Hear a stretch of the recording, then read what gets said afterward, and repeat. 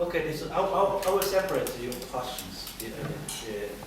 For example, Ryan mentions the situation awareness. This is the should be assumed by the within this as a time constraint.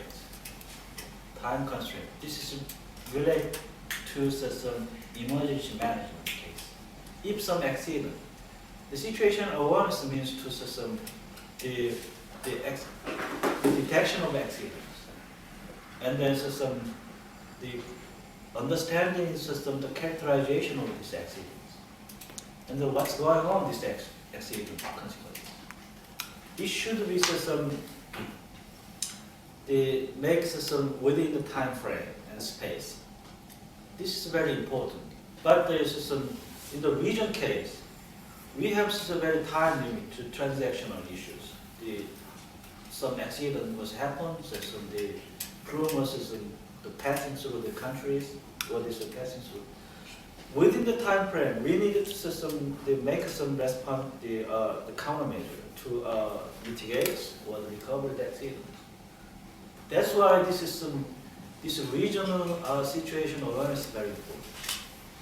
You know, so one country said they have accident, and then they don't want, very reluctant to notice the neighboring country because of the safety meeting.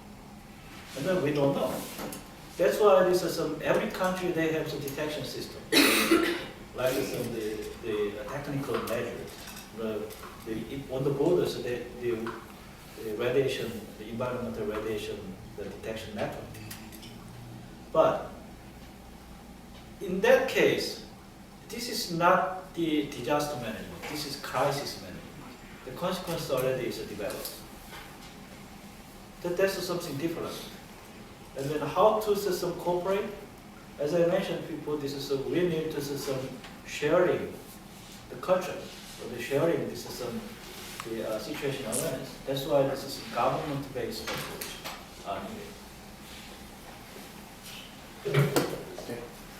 Okay, I think we'll take one last question, and then please go ahead. Okay. One question, maybe to how the U.S. considers, for example, between Iran, Pakistan, and North Korea, because there are risks linked to transitional periods at the political level or levels of trust you can have about how each government controls the whole chain of security around its own nuclear activities now. So would you say that, for example, regarding the level of control of the state on their own nuclear activities, do you consider Pakistan the riskiest now, and then North Korea, and then maybe Iran, because Iran is closest to maybe what you've experienced with the USSR, with a system which may collapse soon, but which still has a certain level of control. And then there's an issue what happens when the system collapses, because there's also, we could see in the Soviet environment that many people with knowledge and skills followed the money and were not necessarily controlled. Well, I think you need to differentiate between control over nuclear weapons, control over nuclear materials and/or facilities, and then finally control over the personnel. Right. I don't know what the official U.S. government position is, nor even if they have a metric for assessing the risks. I will tell you that earlier this year, the Nuclear Threat Initiative published a nuclear security index, which really turned on its head traditional thinking. Because the U.S. government, at least when I was in it, used to say, well, the nuclear weapons are pretty secure, right? Because the military has a chain of custody and command and control and all the rest of it. And it's really the material that needs, that is vulnerable. That was certainly the case in the Soviet Union as it was imploding. But there are exceptions to that. And, you know, you look at the case of a few nuclear bombs in the United States that flew cross country without any authorization. There will always be exceptions. On Pakistan, the issue there, I think, truly is governance in the entire country. And the very complicated relationships between the Pakistani military and the intelligence services and Islamic fundamentalists. And so, you know, if I had to name the thing that keeps me up at night, it is Pakistan. Finally, on Iran, I think the concern there is that Iran has a long history of, you know, government has a long history of relationships with terrorist organizations. And so while Iran may not have a nuclear weapon now, they certainly are producing fissile material up to 19.9% enrichment, which is a very serious thing because most of the, what we call separative work when you're enriching uranium happens at the low end. So by the time you get to, you do a lot of work here, and then the more you enrich it, the less work you need. And so even though 19.9% isn't good enough for a weapon, it doesn't take too much to push it over. And so that stockpile that Iran is now accumulating is a big cause for concern. Will the Iranians pass that material on to a terrorist organization? Who knows? You know, my own reading of countries that develop nuclear weapons is that it takes a lot of money to get there.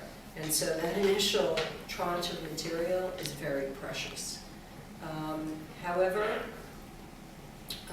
Iranian leaders have made some very provocative statements in the past, and there's no way of knowing. And that's why, in the end, you know, when people look at the risks of nuclear terrorism, you know, really the risk that a terrorist group will explode a nuclear weapon is small, but the consequences are very high.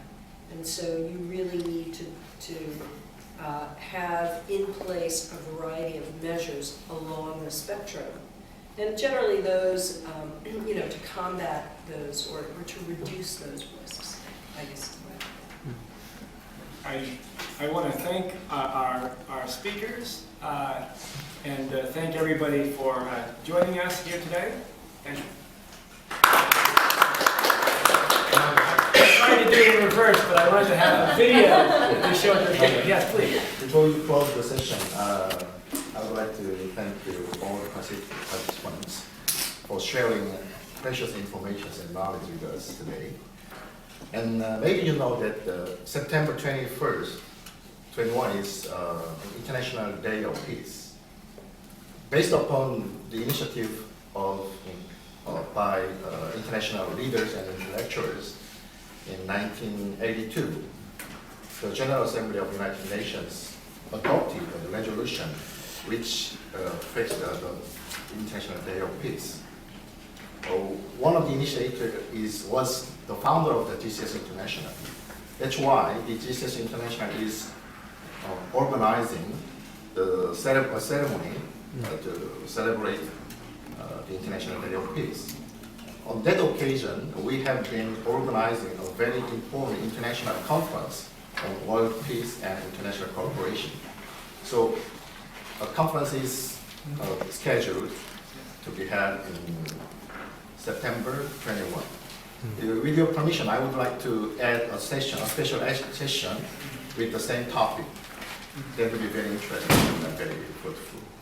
An excellent suggestion, and I hope we can continue our discussion now informally. Thank you again, everybody, for joining us today.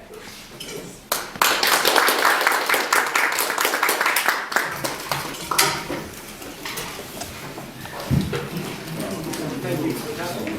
We much appreciate it for your comments.